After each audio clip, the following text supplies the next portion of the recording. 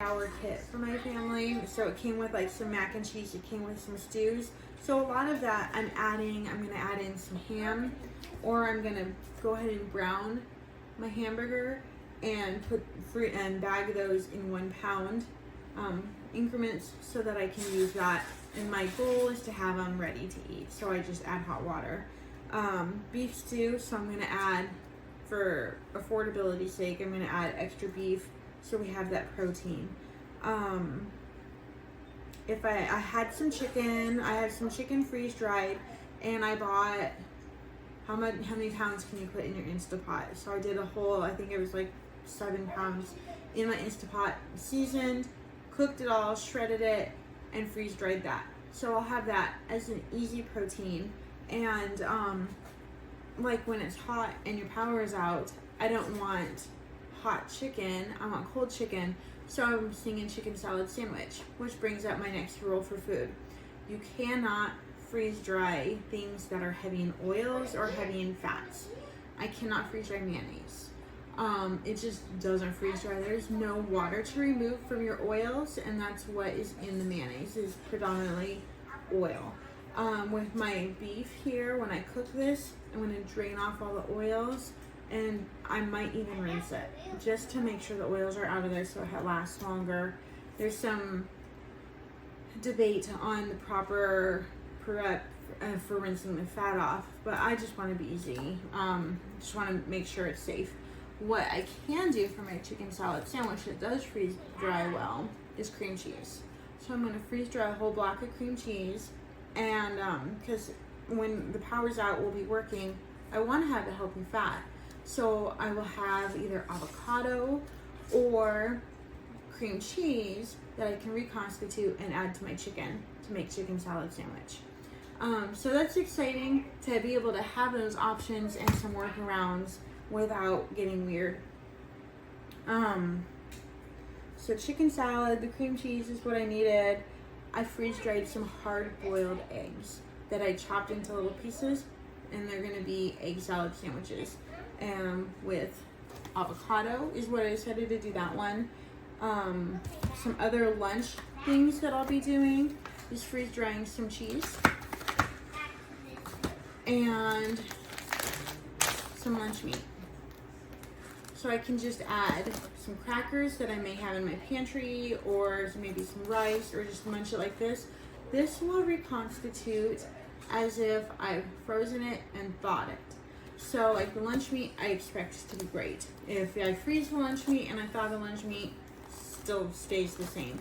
The cheese, I'm expecting to be a little bit different. Some cheese is delicious just freeze dried. I may serve it that way, or I may just wrap it in a damp paper towel and let it get slightly moist, instead of just soaking it in water. That's something we talk about if you decide you want to do cheese in your freeze-dried meals, is some of experimenting on how to reconstitute it or how you want to eat it. So this is what I'm going to do then. So for some lunches, my chicken salad sandwiches, my mac and cheese with my beef or my chicken, and my egg salad sandwiches. Some things I have for dinner was like Alfredo, that MRE that you add your water to, some fried rice, delicious. It's like hard to not eat right off the pan, but it makes it great, easy. Just add water, it'll be ready to go. You can add and sneak in your vegetables in there depending on how you make your fried rice. I make mine just at home, so I add my mixed veggies and my chicken, maybe some eggs, and I'll shred a zucchini in there, and then do my coconut almanos or your soy sauce. So that is something that I'll have. Let's see. Tacos. Amazing MREs. You can almost just eat them plain without constituting them, but they're really good, reconstituted, easy. And I went ahead and just mixed them together with my cooked ground hamburger that I've seasoned, beans, black beans, corn, cheese, tomatoes, olives. You could do guacamole if you want, or avocado bits, onion, and just mix it all up and put it in your pan and freeze dry it. It's an easy meal that's got some good fats, some good proteins, sour cream, would be something you can add to that.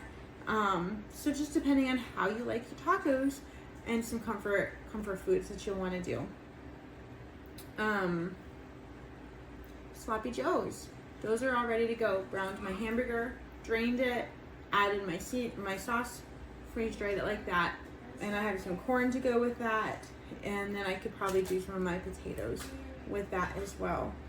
Then I know I'll need some snacks, so I made some like avocado pudding. So it's a high fat that's got like avocados, coconut cream, maple syrup, and cocoa. And just blend that all together, freeze dried beautifully. I can eat it like that, or I can reconstitute it. I freeze dried some watermelon, which is high in your healthy,